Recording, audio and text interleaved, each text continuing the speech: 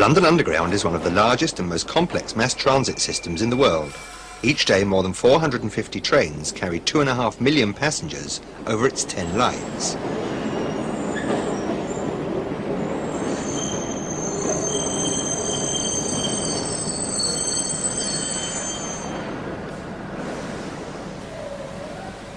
Electricity to power the entire undertaking is generated at London Underground's own power station at Lots Road, Chelsea.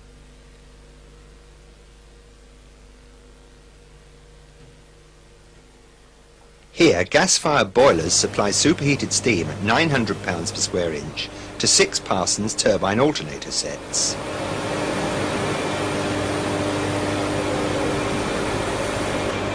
Each turbine runs at 3,000 revolutions per minute, and with all 6 online, power in excess of 150 megawatts can be generated. At periods of peak demand, further power can be generated at the gas turbine power station at Greenwich. This standby generating station is controlled remotely from the main control panel at Lots Road. Additional supplies can also be obtained from the national grid. From Lots Road, alternating current at a pressure of 22,000 volts is fed to the trackside substations.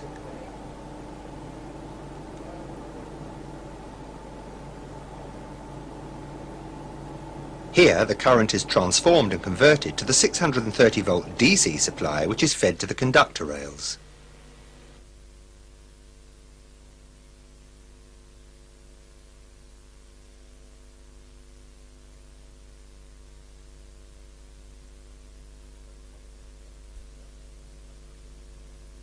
Both positive and negative conductor rails are mounted on ceramic insulators. Each substation is remotely operated from a central control room, which controls current distribution to the entire system. This operation is broken down into a number of panels, each one manned by a control room operator. He is the man who actually switches on and off the supply to any given traction current section. Each control room operator has a direct telephone line to the appropriate line controller, the man responsible for overall control of the traction current on the line in question. At this stage, let's have a look at a diagram illustrating the distribution of traction current. We can see that the power, at 22,000 volts AC, is fed to each substation, where it is transformed and converted to 630 volts DC. Each substation feeds this supply into the positive conductor rail of 2 sections, one in either direction from the substation. As the next substation feeds in the same way, we can see that each section is fed from both ends. This is called double-end feed. It prevents voltage drop within the section and ensures that the section is fed even if one substation fails. There are exceptions to this, of course. Terminus roads, sidings and depot roads are usually fed from one end only. This is called single-end feed. London Underground uses the 4th rail system. The outside conductor rail is positive. The one in the centre of the track carries the negative return, essential to complete the circuit. The outside live or positive conductor rail may be situated on either side of the running rails, but at station platforms it is always furthest from the platform edge. We can see that at each substation there is a gap, called a section gap, between the positive and negative conductor rails of each section. If, for any reason, the traction current is isolated in one section, there is always the danger of a train running into that section from a live section in the rear. To prevent this dangerous possibility, rail gap indicators are placed at substation gaps and are automatically illuminated when traction current has been discharged in the section ahead.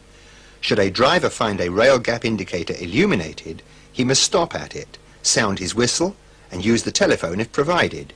He must not proceed until he is instructed to do so. Where rail gap indicators cannot be sighted by drivers at a braking distance, a rail gap repeater is provided. When illuminated, this repeater displays 3 yellow lights on a yellow enamel plate.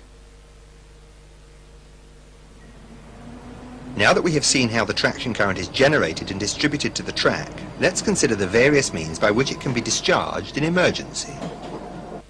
At each station in tunnel sections, a headwall tunnel telephone is provided at the departure end of each platform, easily identified by the red plate carrying the words private or tunnel telephone in white. the cover is sealed. If you need to discharge the traction current in emergency, simply break the seal, lift the receiver and depress the plunger for a period of 3 seconds.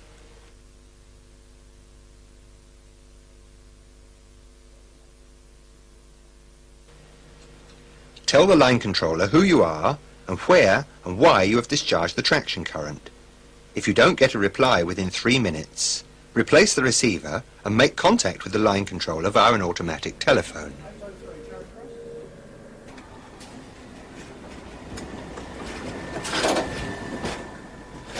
Where a driver needs to discharge traction current in a tunnel section between stations, he must first secure his train by means of the automatic air brake and the parking brake.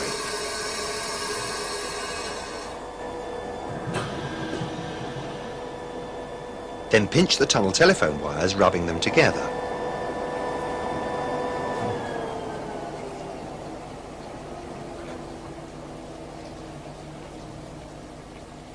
He now clips his tunnel telephone handset onto the wires and awaits a reply from the line controller.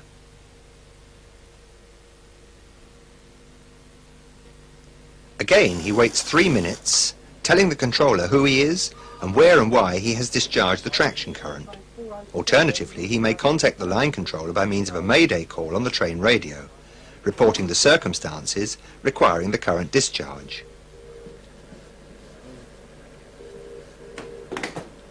Remember to remove the tunnel telephone handset from the wires, or, if using a headwall tunnel telephone, to replace the receiver, close the box and arrange for it to be resealed.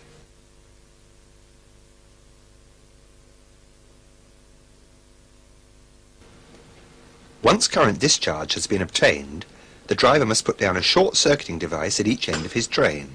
Remember, most sections are double-end fed. In open sections, an emergency discharge of the traction current is obtained by request to the line controller by means of the train radio, signal post telephones, or telephones provided at stations or signal cabins.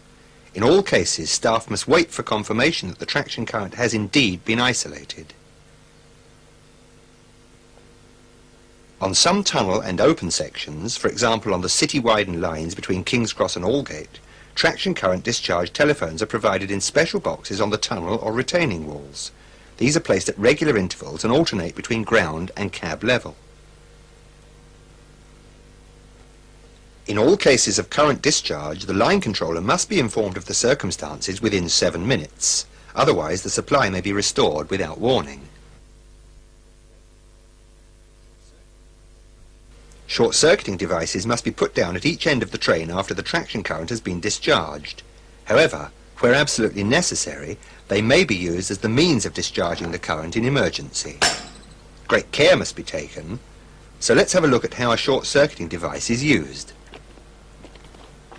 The original type has to be unfolded and pinned into the rigid position. Complete this operation as far from the positive conductor rail as possible. Taking care that your hands are not in contact with any metal part of the device, hook the triangular stop over the far side of the positive conductor rail. Pull the device towards you and lower it smartly until it makes contact with the negative rail.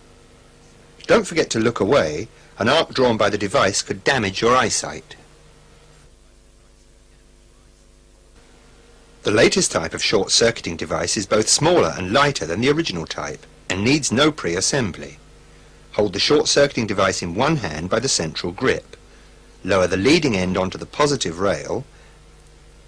Then facing this rail, lower the rear end smartly onto the negative rail without hesitation.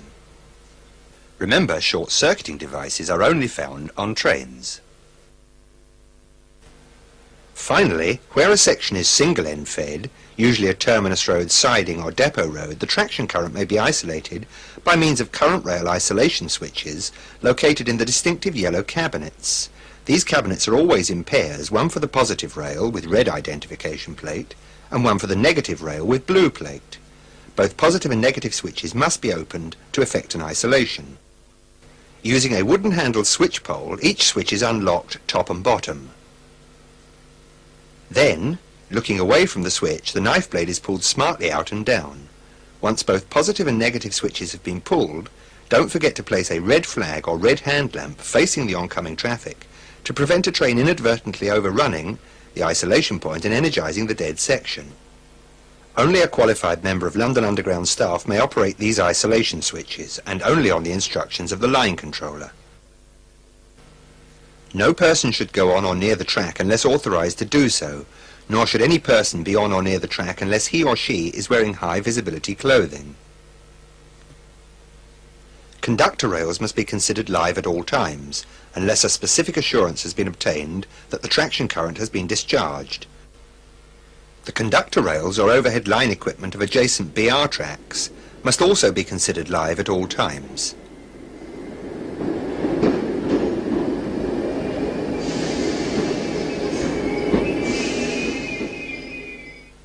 If for any reason the headwall tunnel telephone or tunnel telephone wires are defective, a T-board will be exhibited adjacent to the telephone cabinet. In the absence of a T-board, a member of staff will be posted to warn drivers that the headwall tunnel telephone is inoperative. If you are a member of the emergency services, do not approach live rails under any circumstances until you have received an assurance from a member of London Underground staff that the current has been discharged and that it is safe to do so. Physical contact with a live conductor rail will result in death or serious injury.